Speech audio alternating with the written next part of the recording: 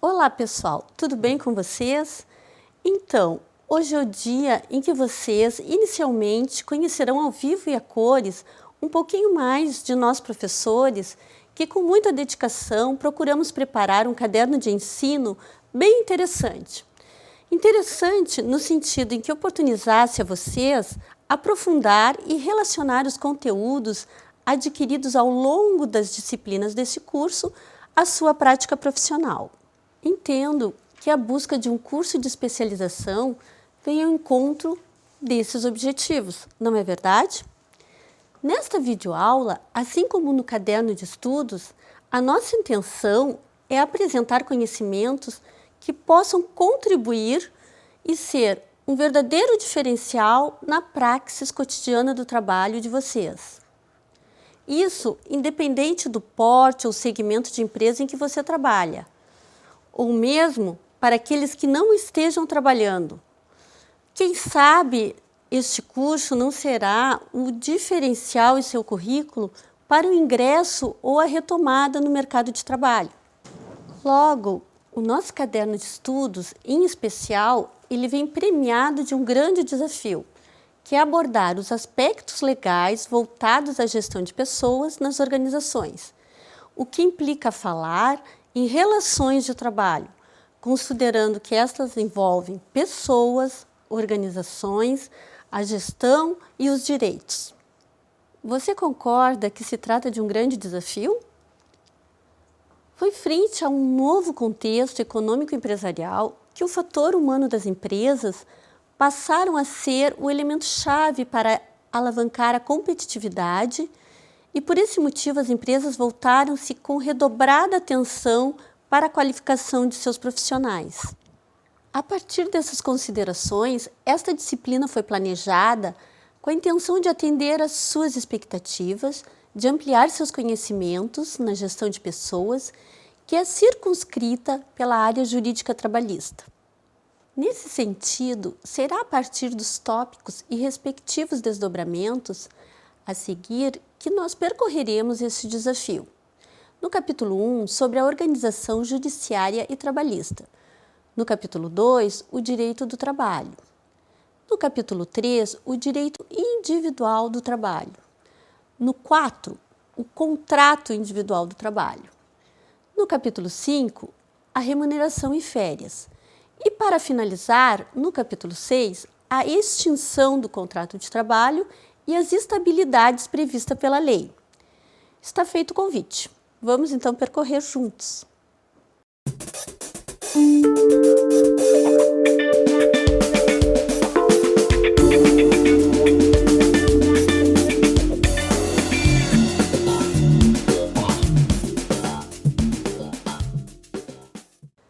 No capítulo 1, que versa o tema da organização judiciária e trabalhista, temos como objetivo, primeiro, analisar a organização judiciária e trabalhista no contexto brasileiro. Logo após, vamos comparar a organização judiciária trabalhista com a evolução do direito do trabalho no mundo. Também iremos identificar as relações inerentes da organização judiciária e trabalhista no contexto empresarial da gestão de recursos humanos. É emergente considerar que a sociedade atual, caracterizada pela multiplicidade e variedade de organizações, elegeu o trabalho como espaço de atuação e afirmação do indivíduo. Em decorrência, é no mundo do trabalho onde se configura a arena de concretização das habilidades individuais que, transformadas em produtos e serviços, afetam a sociedade de uma forma geral, tornando o trabalho uma prerrogativa humana. Porém, Há de se considerar que as transformações originadas na relação do homem com o trabalho impactaram de forma significativa nas relações trabalhistas. No Brasil, as relações trabalhistas têm passado por profundas modificações, oriundas da internacionalização de nossa economia e da inserção de nossas empresas no processo de globalização. Se pararmos para pensar, identificamos que tais transformações ocorrem em outros contextos, nas formas de negociação, nas novas estratégias e políticas de remuneração, o que envolve diretamente a organização judiciária e trabalhista. Você há de concordar que é um bom começo, não é? É essencial ficarmos por dentro da função da organização judiciária e trabalhista e as suas implicações, como a flexibilização das normas trabalhistas, o advento da globalização, a preocupação e o temor contemporâneo do desemprego, a crise econômica mundial, assim como a tecnologia, que vem substituindo o capital humano no trabalho. Com certeza, estas questões farão você ampliar seu foco de atuação enquanto estudante ou profissional, que está preocupado com a evolução das relações de trabalho nos espaços em que essas acontecem. Ao desenvolver deste capítulo, você irá perceber que foi uma longa caminhada até os dias atuais e veremos que no Brasil não foi diferente. No Brasil, com a entrada decisiva na era da automação, foi a ocasião que passou a aumentar o desemprego estrutural em decorrência da mudança organizacional das empresas que tiveram que se ajustar aos procedimentos do mundo industrializado.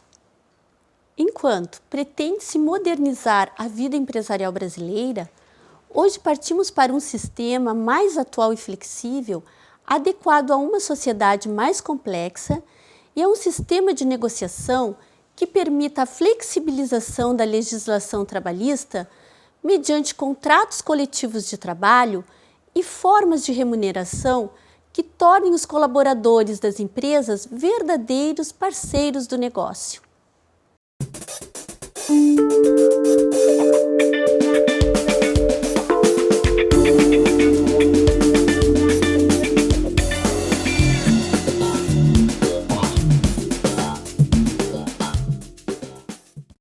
No capítulo 2, que versa sobre o direito do trabalho, teremos como objetivos de aprendizagem conhecer os fundamentos e a formação histórica do direito do trabalho no Brasil, identificar os conceitos norteadores que embasam a disciplina do direito do trabalho. Também iremos caracterizar, à luz do conceitual teórico jurídico, subsídios para a identificação e para o enfrentamento de diferentes problemas eminentes do cotidiano que subsidia a relação empregador-empregado. O direito do trabalho teve sua origem nas relações sociais, especialmente no conflito entre a relação capital e trabalho. A escravidão foi a primeira forma de trabalho conhecida naquela época. E nesta ocasião não eram localizados direitos, pois os escravos não eram pessoas consideradas capazes de adquiri-los. Cruz assinala que a crescente busca pelo conhecimento e pela inovação tecnológica, assim como por novos modelos de gestão da força de trabalho, tem cada vez mais ampliado o grau de competitividade social e profissional. Ele elege dois eixos estratégicos sobre dois olhares diferentes. O primeiro discute as inovações no processo produtivo, significam novos conhecimentos sobre o trabalho e anuncia a necessidade de uma formação profissional adequado às atuais demandas mercadológicas. O segundo anuncia a emergência de um trabalhador competente e qualificado às interações no mundo do trabalho. Isso relaciona-se diretamente à mudança no eixo da formação básica e deposita-se na educação, independente do lugar em que ela aconteça, o desafio da formação científica, tecnológica e política. Questões estas relacionadas ao direito do trabalho. Não tenha dúvida quanto a isso. Logo, você deverá aprofundar esse tema a partir da leitura atenta de seu caderno de estudos e na realização das atividades propostas. Lembrando sempre que, quando no texto a referência a um artigo não indicar a norma a qual pertence, significa que o artigo faz parte da CLT 2009. Aproveitando ainda para lembrar que, nessa disciplina, a CLT será sua companheira de viagem em muitos momentos.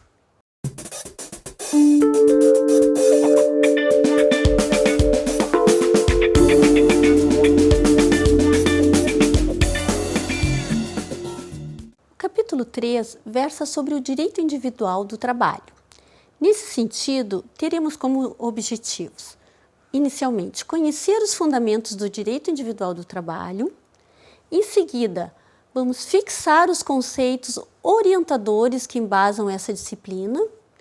Após, nós vamos descobrir um instrumental conceitual que subsidia a identificação para o enfrentamento de possíveis problemas que acontecem no cotidiano da relação empregador e empregado.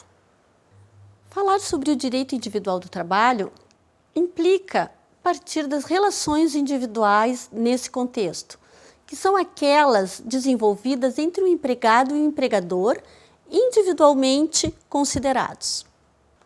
Logo, você como profissional de RH deve concordar que decidir sobre a contratação ou demissão de um trabalhador não é um processo fácil e isolado, desencadeado entre quatro paredes de uma empresa.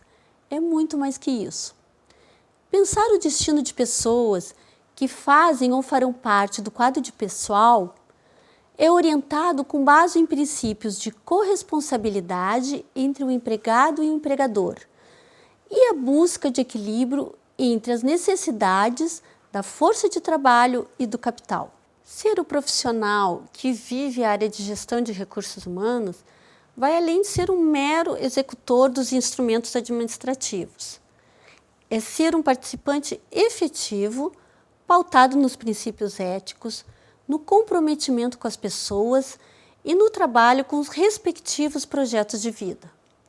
Será a partir desta perspectiva que iremos percorrer nossa disciplina, entrelaçada ao humano, na conquista de uma aproximação necessária que atenda aos aspectos legais da gestão de pessoas de uma forma verdadeira.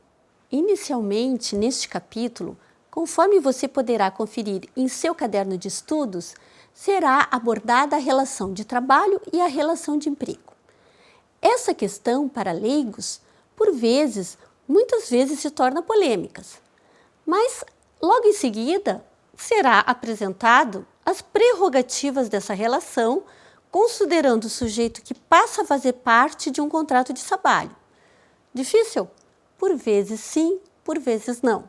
Ao olharmos e vivenciarmos o cotidiano das organizações. Vamos adiante então e conferir? Bem, aqui aproveito para me despedir de você. Desejo muito sucesso na sua trajetória profissional. Tenha certeza de que o investimento no conhecimento, sem dúvida, é sempre o melhor caminho. Agora com você, o professor Carcotli, que irá apresentar os capítulos 4, 5 e 6 de nosso caderno de ensino. Obrigada.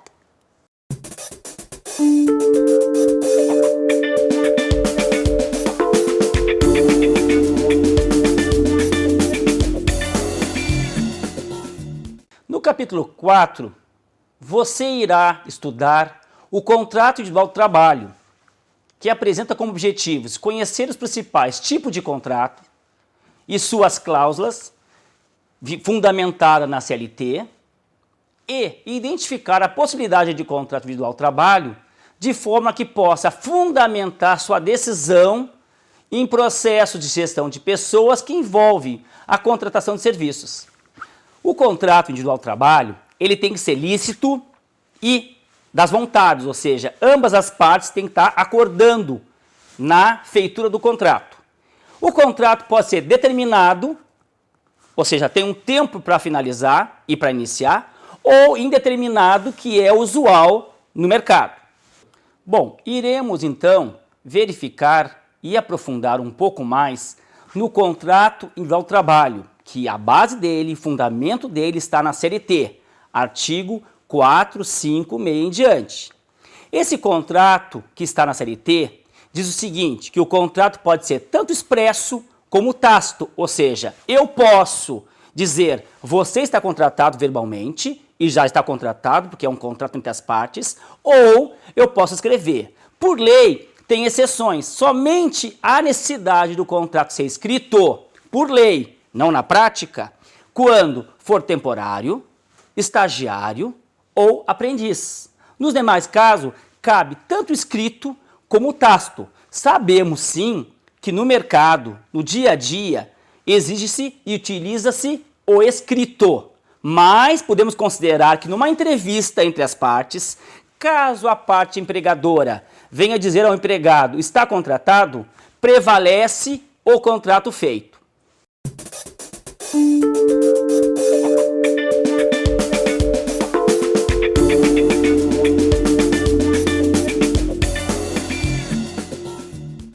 Dando continuidade ao nosso estudo, iremos então agora no capítulo 5 verificar e conhecer e aprender um pouco mais do que se trata remuneração e férias.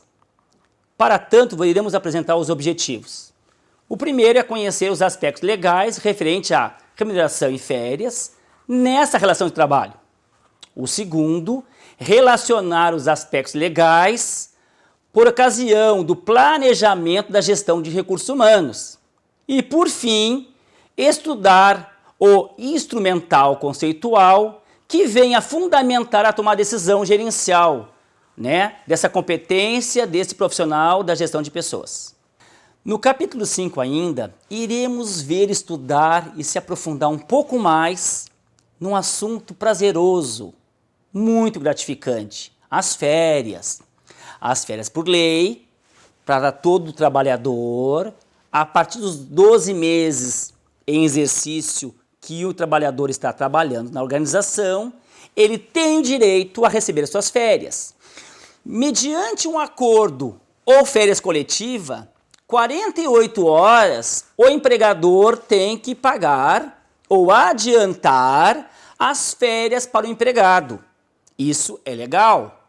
Mas caso você, empregado, você, gestor de pessoas, então, esqueceu do momento de planejar as férias do empregado e passou um ano, terá multa? Não, você pode planejar em acordo com o empregado mais 12 meses. O que não pode passar jamais é 24 meses após a contratação do mesmo. Bom, é importante ressaltar a relação de salário e remuneração. Você acha que é a mesma coisa? Salário é igual à remuneração que você recebe ou não? Remuneração é salário mais bonificação, é salário mais gorjeta. Salário é o dinheiro que você recebe. Tem um nome chamado salário in natura, que por lei, conforme a CLT, somente 30% do teu salário que pode ser in natura. O que é natura? In natura são aqueles benefícios que não é espécie, dinheiro, que o empregador pode lhe pagar. Como que benefícios? Alimento, escola, estudo, viagens, ou seja, roupa. Isso se chama in natura e, por lei, somente 30% do teu salário pode ser pago.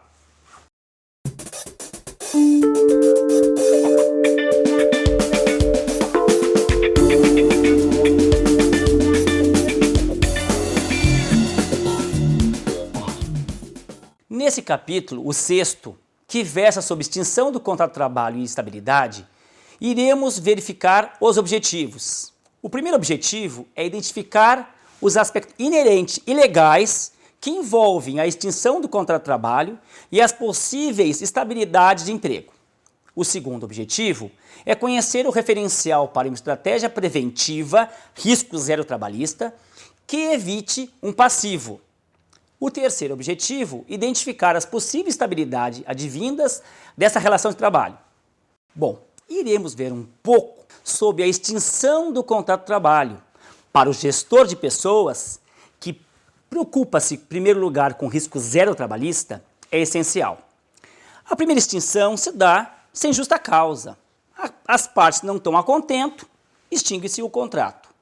A segunda maneira, ou existência de, é com justa causa. Porém, teremos que ter uma preocupação muito grande em movimentar o processo e levantar dados que venham comprovar conforme a CLT determina essa justa causa. A terceira é uma demissão indireta, como fosse, sim, uma pedido de demissão do funcionário, porém, sem justa causa. No caso também, conforme a CLT, tem que se olhar com cautela quando existe um dano moral, quando não existe o pagamento correto e determinado pelo empregador, ou quando aquilo que no contrato foi estipulado entre as partes não foi cumprido pelo empregador, ou quando ambas as partes decidem encerrar o contrato e aí a divisão, inclusive, do valor a ser pago é 50% para cada. Pois bem, lhe faço uma pergunta: o que é estabilidade?